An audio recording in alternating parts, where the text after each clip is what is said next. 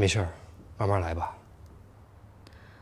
对于设计，我并不是没有灵感或者思路，只是一想到动手去画，不知道为什么整个手就不受控制，完全没办法呈现脑海中作品的模样。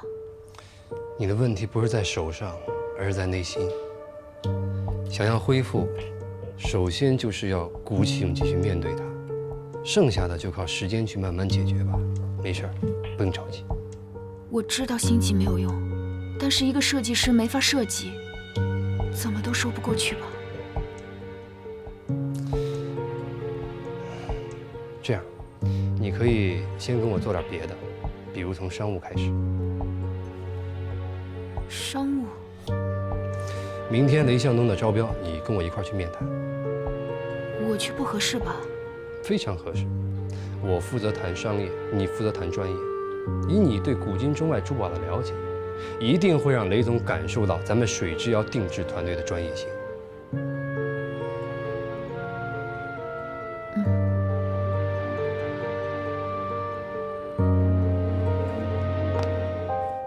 让你们看一件真正的极品，6克拉的帕拉伊帕。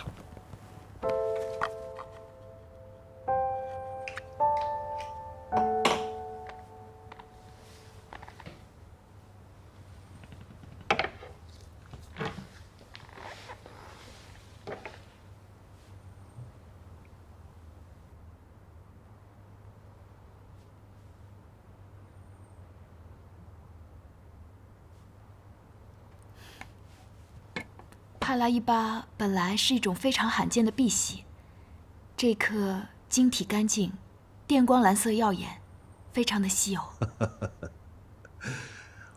我要把它设计成一件作品，拿到国外参展拿大奖。我呀是一个做珠宝生意起家的商人，一直有个情节，要让中国的珠宝设计名扬海外。现在在外面啊，只要一说起珠宝来，就总在说外国的多好多好，我们的眼光多么的停滞不前。我就想用它来证明，我们中国的珠宝设计一点不比外国的差。您说的太好了，雷总。这儿有一些我们工作室之前做了一些作品，您可以先看一下，看看有没有您想要的风格。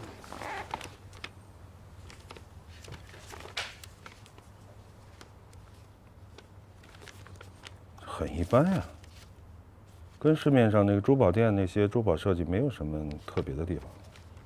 我想要的是那种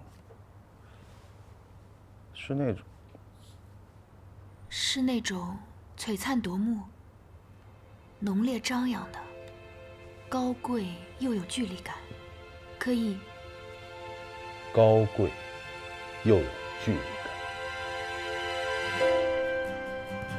对，高贵又有距离感。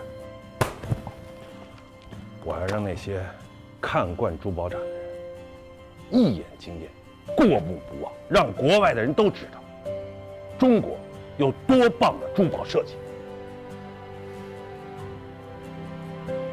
那这样，这件作品的设计就由高洁小姐主抓，司总，你来把关。谢谢雷总。谢谢雷总。行，那我们回去就着手准备设计书稿。那我期待着二位早日帮我完成心愿。一定。一定。谢了。我一定会尽力的。听起来好像是想要艺术装饰风格，那种20世纪20到30年代风格的设计，我觉得挺容易的，给我3天时间就好了。简单的按这个路线确实是能够拿到合约，但是后续能不能达到雷总想要的，让国际大师也一眼惊艳的效果，能不能完成雷总的梦想，那就很难说了。司总，我觉得我们眼前首先要把这个合约签下来。这单如果不签的话，什么梦想不梦想的，我们就是在这空谈啊。雷总这个人，跟他交谈的时候，看上去感觉很有把握，但其实我觉得他内心还有纠结。很有可能只是为了追随当今西方主流市场的眼光，才选择了这样的方向。高姐，人家雷总是个经验丰富的行家，你才有多少资历啊？见过一面就随随便便的猜别人的想法？我没有，我只是就事论事，分析怎样才能更有把握取胜。要在展会上胜出，绝对不是简单的模仿西方路线这么容易。我通过跟雷总的交流，我觉得他想要的可能不是欧式雍容华贵那种东西。高姐，你跟我想的是不是也是一样的？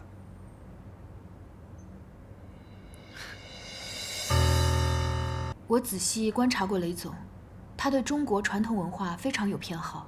从他的着装、配饰，还有办公室陈设来看，都是统一的中国风。还有他戴那个扳指，还有他那些行为举止，是不是？这样的人却提出了一堆欧洲贵族奢华、绚丽吸睛的要求，应该只是出于想在国际市场崭露头角的愿景，而不是出于真爱吧。现在跟上国际潮流就是大趋势啊！国内哪一家品牌不是这样做的呢？跟外国人做的一样好，这不好吗？这不对吗？难道你们是想要转头现在做一些小众的中国风啊？中国风现在已经不能用小众来形容了。抛开雷总的喜好不谈，光谈参展，以往中国风在国际上也是很抢人眼球的，尤其是这2年特别走俏。对，上次安东尼奥大师对中国风表现出很浓厚的兴趣。好，这个问题我们不用再探讨，我们已经达成共识了。剩下就是仔细想一想这些设计的细节问题，你来表述，我来动笔。司总，雷总人家的要求明……雷总的表述是雷总的表述，有时候未必要按照客户的要求做出来的才是最好的，因为客户永远都不会像设计师那样更了解珠宝设计。有时候他们的表达未必能够100%表达他们的内心，那我们要做的是什么呢？我们要做的就是帮他们找到他们真正想要的是什么。所以我们做的绝对不是保险的设计，而是直击客户灵魂的设计。你只有这样，你才能够战胜所有的同行，赢得比赛，赢得雷总的心。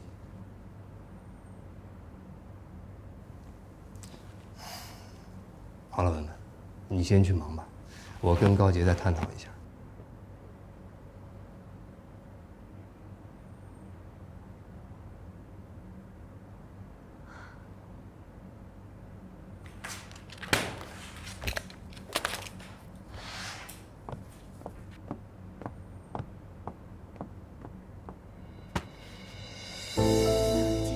明明我才是帮雷向东设计的那个人，凭什么高姐一来就抢了我的活儿？